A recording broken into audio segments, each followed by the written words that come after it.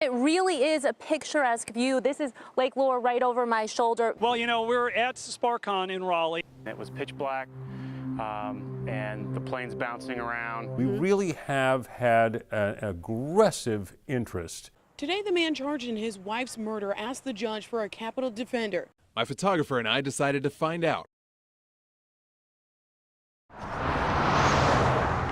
There's a problem here. It's not the traffic, but what's around it. Plastic bags that litter the highways. They belong here, not here. And it turns out a lot of them are coming from these trash trucks. How many? My photographer and I decided to find out. We took the news jeep for an experiment. With cameras rolling, we followed these trucks to see if we'd see them dropping any plastic bags. And boy, did we. It's been a real problem. These trailers haul the city of Raleigh's trash from a transfer station to the landfill near Apex. We followed several trucks on their trips, and this one had 23 plastic bags fly out. So we first took our video to Wake County Solid Waste Director John Robertson. We checked out some of the trucks, and you see bag after bag after bag coming from these trucks. Is it a concern for you guys? Yeah, certainly. It's something we've been aware of for probably 6 months to a year. And you might be thinking, well, okay, what's 23 bags? But they add up quickly. The company usually runs 10 trucks who make at least 3 trips a day, 6 days a week.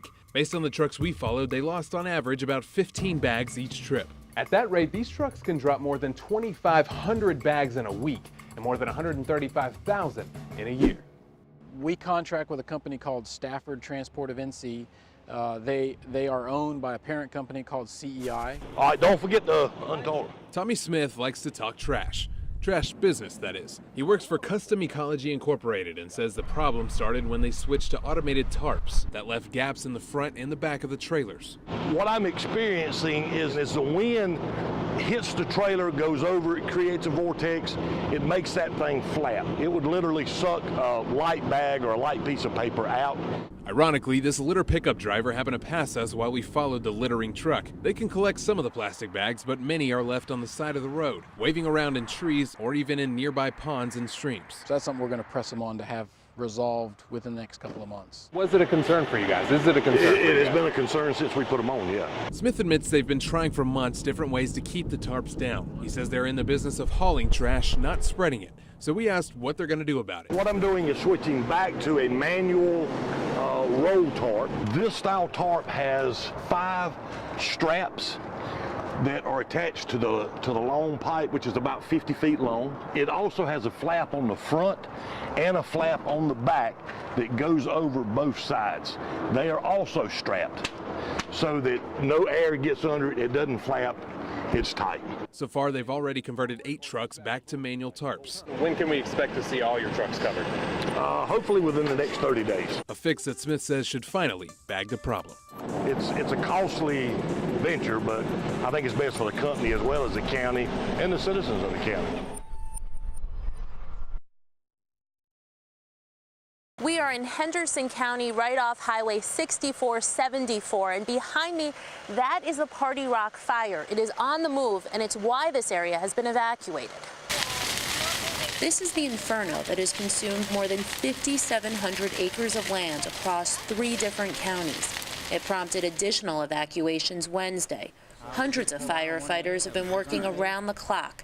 Despite their best efforts, this wildfire is only 19% contained. I decided to stay here because it's comfortable and easy for me to get around. I have plenty of food. Andrew Wyatt Sr. explaining why he chose to ignore the evacuation order and stay in his home. The fire raging right across the road. It's just easier to stay put than it is trying to pack all this stuff and put it together. My body can't do it. It just can't do it. The disabled veteran telling us his children are staying in Hendersonville, that they'd come get him if he needs it. Over in Rumbling Bald Resort, hundreds of residents gathered to get an update on the fire. The Forest Service says they're not only trying to contain the fire, but also protect homes and businesses. Not a single one has been lost. In Bat Cave, we also spotted several specially trained wildland firefighters coming together. They say they had to pull back. Once the fire starts coming at you, you either get in the black or you go to your safety zone. You don't want to get burnt over. You know, you got a crew of 20, 21 people. You want to be safe. Safety is always first with us. Josh Fisher came all the way from Montana to help out. Different scenery. I've never been to North Carolina, and I actually like it down here. Being in the military, that gives me a good feeling too, because they have the camaraderie the same way we do, and they serve a country, and you got to be proud of that. A big part of the problem are all of these dry, dead leaves. They are fuel to this fire, and another reason why there's such a concern regarding reburn. Now, firefighters stress they are making progress, but it is slow going. In Bat Cave, I'm Amy Cutler, CBS, North Carolina. Take a look around Durham. Cranes and construction workers are throughout the city, building new apartments, businesses, and shopping locations. It's a sign of growth. But as more and more people start to call Durham home, others are getting evicted from theirs. I'm going to get it. I'm going to get back on my feet. Meet Leanne Shore. She lived here in this 2-bedroom apartment with her 6-year-old daughter for just over a year. I was very excited. It's the first time I've ever had my own apartment, and I'm 45 years old. Shore was paying $615 a month for rent, living paycheck to paycheck, making $8 an hour. Things were fine until May. First, she started having car trouble. Then her daughter got sick. She was forced to work less hours. And in October, she received an eviction letter. My daughter even asked me, she said, Mama, we're going to sleep on the streets. My child asked me that. And I said, no. The truth, Shore didn't know where they would be sleeping that night. I can remember sitting on the porch, I just prayed. I'm like, Lord, I don't know what to do. After that prayer, a homeless shelter returned her call. We have a wait list that's prioritized based on the need of the family. Ryan Furman is the executive director at Families Moving Forward. He says the shelter is often full. I got 10 pounds of flour for a 5-pound bag, and that's the situation we're in at the shelter. Shore now lives at this shelter. Hardest thing I've ever had to do. I came with 2 suitcases and 3 backpacks and our clothes, and that was it. She shares this room with her daughter and a bathroom and kitchen with other families. From July 2016 to June 2017, court records I obtained show more than 10,000 evictions filed in Durham County, almost 900 in June alone. We are working. I sat down with Reginald Johnson, the Director of Community Development in Durham. He says there is an affordable housing issue. I can say that it is happening all over the Triangle, indeed all over the state, and I can say all across the nation.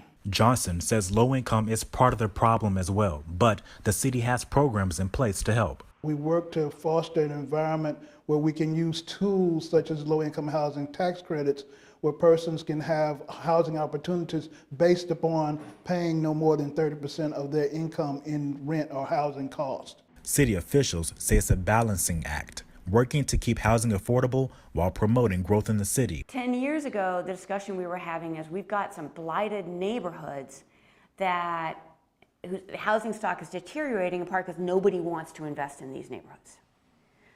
So now, fast forward 2017, now we have, oh my gosh, we have neighborhoods that have historically been where low-income people could live.